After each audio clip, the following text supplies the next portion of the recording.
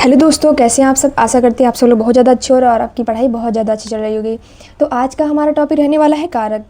तो कारक टॉपिक बहुत इजी टॉपिक है, अगर आप समझने बैठे तो बहुत इजी टॉपिक है। ये सिर्फ हम एग्जाम्पल से इस टॉपिक को पूरा ख़त्म कर सकते हैं, ठीक है। और ये हमारे कुछ रूल्स हैं जिनको हम पढ़ेंगे। तो जानते हैं, कारक को हम परसर भी बोलते हैं, ठीक है। कारक को हम परसर भी बोल सकते हैं। और कारक की परिभाषा ये छोटी सी मैंने लिखी है, ज़्यादा बड़ी नहीं लिखी, आपको याद करने में भी आसानी होगी। जो शब्दों के बीच में संबंध स्थापित करते हैं उसे क्या बोलते हैं, कारक। जैसे हमने यहाँ पे लिखा है वर्ड, यहाँ पे एग्जांपल यहाँ छोटा सा हम दे रहे हैं। जैसे लिखा है यहाँ पे राम ने रावण को मारा, ठीक है। तो यहाँ पे जो ये ने आ रहा है और ये जो को आ रहा है, ये हमारे क्या हो जाएंगे, कारक। अगर ये होते हैं कारक हमारे 8 प्रकार के होते हैं। ये मोस्ट इम्पॉर्टेंट है। अगर आप इनको याद कर लेते हैं, अगर आप इनको याद कर लेते हैं तो आप कोई भी एग्जाम्पल, कैसा भी एग्जाम्पल आता है आप कर ले जाएंगे। कारक हमेशा एग्जाम्पल से आता है। अगर कोई एक वाक्य दे दिया जाता है, उसमें आपको बताना रहता है कारक कौन सा है। हर एग्ज़ाम के लिए बहुत ज़्यादा इंपॉर्टेंट होता है, ठीक है। तो समझते हैं हम इसको। क्या करना, आप अलग से लिख के इसको कहीं पे चिपका लेना और तब लर्न करना, तो आपको आसानी होगी। ये एकदम रटा होना चाहिए। तो पहला कारक कौन सा है, कर्ता ने। ये इसकी विभक्ति होती है। ने इसकी क्या होती है, विभक्ति। कर्ता ने कर्म को करण से के द्वारा, जहाँ पे अगर करण कारक है तो वहाँ पे से और के द्वारा आएगा ही आएगा, ठीक है। श्रमदान के लिए, के हित के वास्ते, जहाँ पे ये तीनों वर्ड मिल जाए समझ लो श्रमदान कारक है, ठीक है। फिर आता है अपादान से अलगाव, जहाँ ये इसकी विभक्ति है। देखो, करण कारक और अपादान कारक में थोड़ा सा डिफरेंस है। जहाँ पे से विभक्ति दोनों की सेम रही, पर यहाँ पे जो वाक्य होगा वो अलगाव का बोध करा रहा होगा। किसका बोध करा रहा होगा, अलगाव का बोध करा रहा होगा। वो अभी हम आपको एग्जाम्पल से समझाएंगे, ठीक है। उसके बाद है संबंध। संबंध में आपको ये विभक्तियाँ मिलेंगी, का, की, के, रा, री, रे, ठीक है। उसके बाद आता है अधिकरण कारक। अधिकरण कारक में क्या होता है, में और पर। जहाँ पे में और पर विभक्ति आ जाएगी वहाँ पे आपका कौन सा कारक होगा, वहाँ पे अधिकरण कारक होगा। फिर आता है संबोधन कारक। संबोधन कारक जैसे हे, ओ, अरे। जैसे हम किसी को बुलाते हैं ना, अरे, जैसे कोई बात होगी कि हाय राम, तो हाय राम ये क्या होता है, संबोधन। जैसे हम किसी को पुकार रहे हैं या किसी को हम बुला रहे हैं तो वहाँ पे भी हमारा क्या हो जाएगा, संबोधन कारक होता है, ठीक है। तो इतना समझ में आ गया आप लोगों को। अब आते हैं हम कौन से कारक में, पहला कारक। पहला कारक हम लिखते हैं कर्ता कारक। कर्ता कारक में हमारी विभक्ति, यहाँ मैंने साइड में विभक्ति लिख दी है। कर्ता कारक, कर्ता कारक की विभक्ति क्या होती है हमारी, ने। इसकी परिभाषा देते हैं, वाक्य में जो शब्द काम करने वाले के अर्थ में आता है, मतलब कर्ता कारक होता है जो काम करने वाला हो, उसे क्या कहते हैं हम, कर्ता कारक कहते हैं। या तो ये छोटी सी मैंने आपको लिख दी थी परिभाषा, वाक्य में काम करने वाले को क्या बोलते हैं, कर्ता। जो वाक्य में काम करता हो उसी को हम क्या बोलेंगे, कर्ता, ठीक है। जैसे राम ने गाना गाया, राम ने क्या गाना गाया, तो यहाँ गाना गाने का काम कौन कर रहा है, राम कर रहा है। तो राम हमारा क्या हो जाएगा, यहाँ पे कर्ता हो जाएगा। ये कर्ता कौन हो जाएगा हमारा, राम। राम हमारा कर्ता हो जाएगा। जैसे लिखा है सीता ने खाना खाया, तो यहाँ पे हमारा कर्ता कौन हो जाएगा, खाना खाने का काम कौन कर रहा है, सीता कर रही है। तो यहाँ पे हमारा कर्ता कौन सा हो जाएगा, सीता, ठीक है। जैसे आप पढ़ाई कर रहे हो, तो आप पढ़ाई कर रहे हो, तो आप पढ़ रहे हो ना, तो आप पढ़ने का काम कौन कर रहा है, आप कर रहे हो, तो कर्ता कौन होगा, आप होगे, ठीक है। तो जो काम करते हैं उन्हें क्या बोलते हैं, हम कर्ता बोलते हैं, ठीक है। इसके बाद आते हैं दूसरे कारक में, कौन सा, कर्म कारक। कर्म कारक की विभक्ति क्या होती है हमारी, को। जहाँ पे को विभक्ति मिल जाए आपको वहाँ पे क्या हो जाएगा हमारा, कर्म कारक। हम सब हर जगह आपको विभक्ति जरूर देखने को मिलेगी, ठीक है। तो आप उससे पहचान सकते हैं। थोड़ा सा डिफरेंस आता है बस। जिस पर क्रिया का प्रभाव पड़े उसे क्या बोलते हैं हम, कर्म कारक। क्या बोलते हैं, कर्म कारक। जिस पर क्या पड़ता है, क्रिया का प्रभाव पड़ता है, उसे कर्म कारक बोलते हैं। यहाँ विभक्ति क्या हो सकती है, को। जैसे राम ने चोर को पकड़ा, तो यहाँ पे प्रभाव किस पे पड़ रहा है, चोर पे पड़ा, नहीं पड़ा, किसको पकड़ा, चोर को। ये देखो विभक्ति भी आ रही है, तो आप पहचान लेंगे आराम से। यहाँ पे क्या हो जाएगा हमारा, कर्म कारक हो जाएगा। जैसे आया मोहन ने सांप को मारा, तो मोहन ने किसको मारा, सांप को मारा, तो यहाँ पे क्या हो जाएगा हमारा, कर्म कारक हो जाएगा, ठीक है। उसके बाद आता है हमारे घर के चारों ओर बगीचा है। जहाँ पे एक चीज़ यहाँ पे ट्रिक है थोड़ा सा, जहाँ चारों दिशाओं की बात की है, जहाँ पे दिशाओं की बात हो वहाँ पे भी हमारा कर्म कारक होगा। ये चीज़ आप ध्यान रखेंगे। जहाँ पे दिशा की बात हो, जैसे हमारे घर के चारों ओर, हमारे घर के सामने, हमारे घर के पीछे, ऐसा वर्ड मिल जाए आप लोगों को तो वहाँ पे हमारा कर्म कारक होगा। ठीक है, मैंने आपको एक एग्जांपल यहाँ पे लिख के दे दिया। बाकी आपको यहाँ पे देखो, यहाँ पे को विभक्ति मिल रही है, यहाँ पे भी को विभक्ति मिल रही है आपको, तो आप आसानी से पहचान सकते हैं यहाँ पे क्या हो जाएगा, हमारा कर्म कारक हो जाएगा। इसके बाद आते हैं करण कारक में। ठीक है, करण कारक की विभक्ति क्या होती है हमारी, से और के द्वारा। क्या होती है, से और के द्वारा। ठीक है, इसकी परिभाषा क्या होगी, जिसकी सहायता से कर्ता कुछ कार्य करता है उसे क्या कहते हैं, करण कारक कहते हैं। मतलब कर्ता होगा वो किसी की सहायता से काम कर रहा होगा। ठीक है, कोई साधन होगा, जैसे कि हम कहीं जा रहे हैं, तो हम जा रहे हैं तो किससे जा रहे हैं, बस से जा रहे हैं, ट्रेन से जा रहे हैं, तो हमारा साधन हो गया, तो वो हमारा क्या हो जाएगा, करण कारक हो जाएगा, वो करण कारक में आएगा। इसे लिखा है कि वो कुल्हाड़ी से वृक्ष काटता है, एग्जाम्पल मैंने दिया है, वह कुल्हाड़ी से वृक्ष काटता है, तो उसका साधन क्या है, क्या हो गया यहाँ पे, उसका साधन हमारा क्या है, कुल्हाड़ी से, उसका साधन हमारा क्या हो जाएगा, कुल्हाड़ी से। तो यहाँ पे साधन का काम कौन कर रहा है, कुल्हाड़ी कर रही है, तो यहाँ पे हमारा कौन सा कारक हो जाएगा, हमारा करण कारक हो जाएगा। इसके एग्जाम्पल आगे हम और भी देखते हैं। ठीक है, फिर यहाँ पे आ जाता है मैं कलम से लिखता हूँ। ठीक है, तो यहाँ पे साधन हमारा क्या है, हम किससे लिख रहे हैं, कलम से लिख रहे हैं, तो यहाँ में हमारा साधन क्या हो जाएगा, कलम से। और यहाँ पे हमारी विभक्ति भी आ रही, से किस पे आती है विभक्ति हमारी, करण कारक में, किस में आती है हमारी, करण कारक में। ठीक है, उसके बाद आते हैं उसने किताब नौकर के द्वारा भिजवाई। मैंने आपको बोला था ना, इसमें विभक्ति दो लगती हैं, करण कारक में दो विभक्ति होती है, एक विभक्ति होती है से और दूसरी विभक्ति होती है के द्वारा। तो यहाँ पे हमारी विभक्ति मिल गई, नहीं मिल गई आपको, देखो इसने किसके द्वारा किताब भिजवाई थी, नौकर के द्वारा। नौकर भी एक साधन होगा यहाँ पे। अगर आपको विभक्ति नहीं याद आ रही तो आप ये भी बोल सकते हैं कि यहाँ पे साधन क्या है हमारा, नौकर है, नौकर से भिजवाई है। ठीक है, उसने किताब नौकर से भिजवाई, ऐसा भी वाक्य बन सकता है, और नौकर के द्वारा भिजवाई, ये भी ऐसा वाक्य बन सकता है। तो यहाँ पे भी हमारा क्या हो जाएगा, करण कारक, यहाँ पे हमारा क्या हो जाएगा, करण कारक। इसके बाद आते हैं संप्रदान कारक में। संप्रदान कारक में क्या होता है, जहाँ पे पहली चीज़ की विभक्ति समझ लेते हैं। संप्रदान कारक की विभक्ति होती है के लिए या के वास्ते। इसकी परिभाषा दे लेते हैं, बाकी एग्जाम्पल से ही सारी इंपॉर्टेंट चीज़ें होती हैं, एग्जाम्पल से हम इनको ज़्यादा अच्छे समझ सकते हैं, और एग्जाम्पल ही एग्जाम में आते हैं जो बहुत इंपॉर्टेंट होते हैं। पर बहुत ज़्यादा इसमें देखो मैंने इंपॉर्टेंट भी लिखा है, जैसे संज्ञा या सर्वनाम के जिस रूप से जिसके लिए कुछ किया जाए, ठीक है, या जिसको कुछ दिया जाए, जैसे बोला जाता है ना, जिसके लिए कुछ किया जाए, हम जैसे किसी को गिफ्ट दे रहे हैं या किसी की मदद कर रहे हैं, ठीक है, वैसा कुछ, जिसके लिए कुछ किया जाए या जिसको कुछ दिया जाए। ठीक है, जो वस्तु हमेशा के लिए दी जाए, यहाँ पे क्या है, जो वस्तु हमेशा के लिए दी जाएगी वही संप्रदान कारक में आएगा। ठीक है, इसका बोध कराने वाले शब्द को संप्रदान कारक कहते हैं। इसकी ट्रिक है, जो हमेशा के लिए दे दी जाए, जो वापस नहीं ली जाती है वो चीज़, वहाँ पे ऐसा जो जहाँ पे बोध हो वहाँ पे क्या हो जाएगा, हमारा संप्रदान कारक हो जाएगा। जैसे ऐसे ओरली समझ लो, जैसे आपने किसी को गिफ्ट दिया तो क्या गिफ्ट वापस लेंगे, नहीं लेंगे ना, तो वैसे ही यहाँ पे, तो वहाँ पे क्या हो जाएगा, संप्रदान कारक हो जाएगा। इसे बोला गया है, उसने लड़कों को मिठाइयाँ दी। ठीक है, तो मिठाइयाँ हमेशा के लिए दी हैं, तो यहाँ पे क्या हो जाएगा, हमारा संप्रदान कारक हो जाएगा। भूखे को भोजन दो। ठीक है, राजा ने भिखारी को वस्त्र दिए। अब राजा ने भिखारी को हमेशा के लिए वस्त्र दिए, तो वहाँ पे क्या हो जाएगा, हमारा संप्रदान कारक हो जाएगा।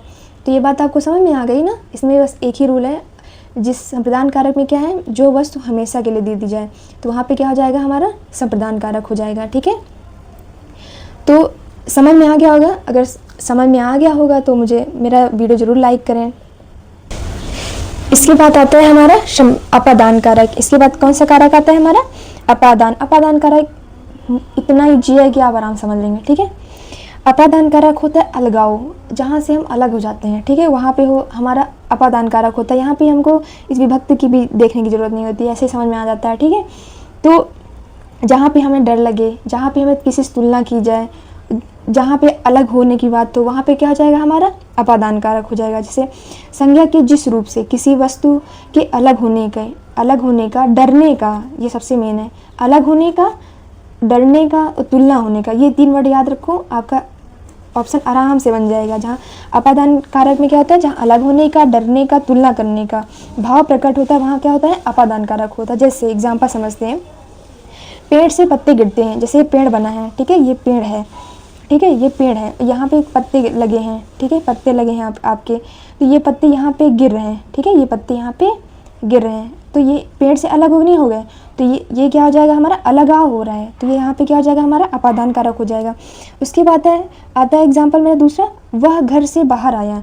अब आप हैं, ये आपका घर है, ठीक है, ये आपका घर है, आप घर से यहाँ से इतनी दूर या बाहर कहीं चले गए, तो ये आप यहाँ से अलग होकर गए कि नहीं गए, तो ये अलगाव हो रहा है, नहीं हो रहा, यहाँ से यहाँ गए, तो यहाँ पे हमारा क्या हो जाएगा, अपादान कारक हो जाएगा। दूसरी बात समझ में आ गई। अब तीसरा है डरने वाला काम, डरने, जैसे यहाँ पे तीसरा एग्जाम्पल डरने वाला है, रामू कुत्ते से डरता है, रामू कुत्ते से डर रहा है, तो यहाँ पे किसको डर लग रहा है, रामू को डर लग रहा है, तो यहाँ पे डर का भाव हो रहा है ना, तो वहाँ पे क्या हो जाएगा हमारा, अपादान कारक हो जाएगा। उसके बाद है तीसरा एग्जाम्पल मैंने दिया आपको, राधा मोहन से सुंदर है। कौन सुंदर है, राधा सुंदर है, किससे, मोहन से सुंदर है, तुलना किससे कर रहे हैं, मोहन से कर रहे हैं, तो यहाँ पे कौन सुंदर है, राधा सुंदर है, राधा मोहन से सुंदर है, तो यहाँ पे आप समझ जाएंगे आराम से कि अपादान कारक हो जाएगा। जैसे आपसे सुंदर कोई होगा या आप किसी सुंदर होंगे, तो बहुत लोग ऐसा एग्जाम्पल देते हैं कि आप उनसे बहुत सुंदर लगते हो, तो वहाँ पर भी अपादान कारक, अलगाव हो रहा है, तुलना की बात हो रही है, तो वहाँ पर अपादान कारक की बात, वहाँ अपादान कारक होगा। ठीक है, अच्छे समझ में आ गया ना। उसके बाद आते हैं संबंध कारक। ठीक है, उसके बाद आते हैं संबंध कारक। संबंध मतलब होता है जो जहाँ पे लगाव या संबंध का बोध हो, जैसे भाई बहन का संबंध होता है, ठीक है, माता पिता का संबंध होता है, ठीक है, चाचा भतीजे का संबंध होता है, वैसा। ठीक है, तो जहाँ पे संबंध का बोध हो वहाँ पे क्या हो जाता है, वहाँ पे संबंध कारक होता है। संबंध कारक जैसे यहाँ पे समझते हैं, इसकी पहले परिभाषा, संज्ञा या सर्वनाम के जिस रूप से किसी अन्य शब्द के साथ संबंध या लगाव प्रतीत होता है उसे क्या कहते हैं, संबंध कारक कहते हैं। संबंध कारक की विभक्ति क्या होती है, का की के रा री रे। जहाँ पे ये विभक्तियाँ आपको मिल जाए वहाँ पे क्या हो जाएगा, हमारा संबंध कारक हो जाएगा। जैसे लव कुश लव कुश का भाई है, तो ये किसका, लव किसका भाई है, कुश का भाई है, तो ये यहाँ संबंध आ रहा नहीं आ रहा है, किसका भाई है, लव कुश का भाई है, तो यहाँ पे भाई का संबंध आ रहा नहीं आ रहा, तो यहाँ पे संबंध कारक हो जाएगा। और अगर आपकी विभक्ति देखनी है तो यहाँ पे का विभक्ति देखो आ रही नहीं आ रही, आराम से आ रही है, आपकी विभक्ति भी देख सकते हो और संबंध भी स्थापित हुआ है। जैसे राम का भाई भरत है, तो यहाँ संबंध भी स्थापित हो रहा है और आपकी विभक्ति भी आ रही है, तो समझ में आ गया। तो जहाँ पे का की के रा री रे आपकी विभक्ति भी है और संबंध भी स्थापित हो रहा हो तो वहाँ पे क्या हो जाएगा, हमारा संबंध कारक हो जाएगा। ठीक है, समझ में आ गया ना, अंडरस्टैंड हो गया आपको लोगों को। ठीक है, आगे बढ़ते हैं। इसके बाद आता है अधिकरण कारक। अधिकरण कारक में विभक्ति हमारी क्या हो जाती है, में पर। अधिकरण कारक में विभक्ति क्या हो जाती है, में पर। ऐसे ही याद रखना पड़ेगा आपको विभक्तियाँ। विभक्ति अगर याद है आपको तो कोई क्वेश्चन आपका गलत हो ही नहीं सकता, ये गारंटी है हमारी। संज्ञा सर्वनाम के जिस रूप से क्रिया का आधार सूचित होता है, ठीक है, कोई आधार होता है उसका, ठीक है, उसे अधिकरण कारक कहते हैं। ठीक, जैसे चिड़िया डाल पर बैठी है, तो उसका आधार क्या है, डाल पर बैठी है वो। पहली चीज़ तो यहाँ पे हमारा विभक्ति मिले नहीं मिले, पर आ रहा है, किस पे बैठी है, हमारा डाल पर बैठी है, तो हमारा विभक्ति मिल गया हमको, तो वहाँ पे क्या हो जाएगा, हमारा अधिकरण कारक हो जाएगा। ठीक है, इसके एग्जाम्पल और भी हम समझते हैं। उसके बाद आते हैं वह दिन में आएगा। क्या आएगा, वह दिन में आएगा। ठीक है, यहाँ पे क्या आ रहा, आपकी विभक्ति मिल रही है आपको, में विभक्ति। ये में और पर विभक्ति किस में आती है बता दो। अच्छा, फिर से अगर आप वीडियो देख रहे हो तो नीचे कमेंट बॉक्स जरूर ओपन रहेगा, आप उसमें लिख सकते हो एक क्वेश्चन का आंसर, में पर किस में आती है विभक्ति बता दो मुझे। अधिकरण में आती, किस में आती है, अधिकरण कारक में। जहाँ पे में और पर अधिकरण कारक मिल जाए आप वहाँ पे तुरंत अधिकरण कारक लगा देना। ठीक है, जहाँ में और पर विभक्ति मिल जाए। मेज पर किताब रखी है, कहाँ पे रखी है, मेज पर रखी है। ठीक है, उसका आधार क्या है, मेज पर, मेज इसका आधार है। तो पहली चीज़ तो यहाँ हमें विभक्ति मिल गई, पर विभक्ति मिल गई, तो वहाँ पे हमारा कौन सा कारक हो जाएगा, अधिकरण कारक हो जाएगा। ठीक है, उसके बाद आते हैं संबोधन कारक। ठीक है, कौन सा कारक हो जाएगा, हमारा संबोधन कारक, हमारा लास्ट कारक है, 8वां कारक। संज्ञा के जिस रूप से किसी को पुकारा जाए, ठीक है, चेतावनी दी जाए, उसे हम क्या बोलेंगे, संबोधन कारक कहते हैं। उसे हम क्या बोलेंगे, संबोधन कारक बोलेंगे। जैसे इसकी विभक्ति क्या हो जाएगी, हे, ओ, अरे, अजी। जैसे इसका पहला एग्जाम्पल देखते हैं, अजी सुनते हो। ये कब बोला था, मम्मी लोग बोलती है ना अपने हस्बैंड को बुलाने के, अजी सुनते हो, तो उनको पुकारती हैं अच्छे से, तो वहाँ पे क्या हो जाएगा, पुकारने का बोध हो रहा नहीं हो रहा है, तो यहाँ पे कौन सा कारक हो जाएगा, हमारा संबोधन कारक हो जाएगा। हे ईश्वर मुझे शक्ति दो, ठीक है, हम भगवान से क्या प्रार्थना कर रहे हैं, हे ईश्वर मुझे शक्ति दो, तो संबोधन ही तो कर रहे हैं, हे ईश्वर, तो यहाँ पे भी हमारा संबोधन कारक हो जाएगा। एक होता है हे भगवान मेरी रक्षा करो, तो ये भी हमारा क्या हो जाएगा, संबोधन कारक में। ऐसे हो, आह, वाह, ये भी वर्ड आते हैं, वाह, ठीक है, वाह, आह, ये भी सारे वर्ड हमारे किस में आते हैं, संबोधन कारक में आते हैं। जितने भी वर्ड हमारे संबोधित करने वाले वर्ड हैं वो सारे हमारे संबोधन कारक में ही आते हैं, ठीक है। आज हम आपके लिए PYQ भी लेके आए, इंपॉर्टेंट PYQ जो आपको हम सॉल्व कराने वाले हैं, ठीक है। तो लास्ट में ज़रूर, लास्ट तक वीडियो ज़रूर देखें, जो इंपॉर्टेंट PYQ जो हर एग्ज़ाम में पूछा जाते हैं, कॉमन PYQ जो हम कराने वाले हैं, ठीक है। ये रहे हमारे इंपॉर्टेंट PYQ। तो आप लोग खुश हो जाइए, डेली हम एग्ज़ाम आपको डेली टू डेली आपको PYQ ज़रूर हम करवाएंगे। अपना सब वो क्या टॉपिक ख़त्म करने के बाद कुछ इंपॉर्टेंट PYQ हर पर डे आपको लेके आएंगे, ठीक है। तो पहला क्वेश्चन हमारा है, मैंने राधा के लिए कपड़े खरीदे, ठीक है। मैंने किसके लिए कपड़े खरीदे, राधा के लिए। ये के लिए किस विभक्ति में आता है, आप लोगों को बता दो। के लिए संप्रदान में आता है क्या, बता दो मुझे। कर्म में आता है क्या, करण में आता है कि अपादान कारक में आता है। अपादान में तो अलगाव होता है, ये तो गलत हो जाएगा, ये पूरा गलत हो जाएगा। करण से, कर्ता ने कर्म को करण से, इसमें से आता है, यहाँ पे कर्म को आता है, ये भी गलत हो जाएगा। तो संप्रदान के लिए, इसमें क्या आता है, संप्रदान के लिए, इसमें के लिए किसमें, जिस विभक्ति में के लिए आता है वो संप्रदान कारक होता है। उसके बाद आते हैं दूसरा PYQ हमारा। दूसरा क्वेश्चन पढ़ते हैं, पेड़ से पत्ते गिरते हैं। अभी हमने यहाँ बताया था कि ये आपका पेड़ है, इससे अगर हमारे पत्ते यहाँ पे गिर रहे हैं, ठीक है, ये पत्ते आपके गिर रहे हैं, तो हमारा अलगाव हो रहा है। अलगाव किस में होता है, संप्रदान में तो होता नहीं आपका अलगाव, ठीक है। कर्ता में भी अलगाव नहीं होता, ना ही संबंध में संबंध स्थापित होता है, अलगाव तो होता नहीं। अलगाव हमारा कहाँ होता है, हमेशा अपादान में होता है। कहाँ पे अलगाव होता है हमारा, अपादान कारक में अलगाव होता है, तो अपादान कारक हमारा आंसर हो जाएगा, ठीक है। के लिए मैंने आपको बता चुकी पहले, के लिए किस कारक का चिन्ह है, के लिए आपका संप्रदान कारक का चिन्ह है। किसका चिन्ह है, संप्रदान कारक का चिन्ह है, ठीक है। उसके बाद आते हैं संबोधन। संबोधन नहीं, संबंध कारक। संबंध कारक के परसर्ग हैं, किसके हैं, संबंध कारक के परसर्ग हैं। कौन कौन से, में पर नहीं, में पर किसका होता है, अधिकरण का होता है, ये भी गलत हो जाएगा। के द्वारा, ये भी नहीं होता है। कर्ता ने, ऐसे पढ़ना सीख लो, कर्ता ने कर्म को करण से, संप्रदान के लिए अपादान से अलगाव, ऐसे पढ़ना है, ठीक है। के लिए ये भी नहीं होगा, के लिए क्योंकि हमारा संप्रदान में आता है, ये भी गलत हो जाएगा। इसमें का की के रारी रे, ये हमारा संबंध में आता है। किस में आता है, संबंध में आता है। इसमें लास्ट में हमारा है, पुस्तक मेज पर है। अभी हमने बताया में और पर किस में आता है, में और पर किस कारक में आता है, में और पर किस में आता है, अधिकरण में आता है। किस में आता है, अधिकरण में, और पर किस कारक में आता है, अधिकरण में आता है, ठीक है।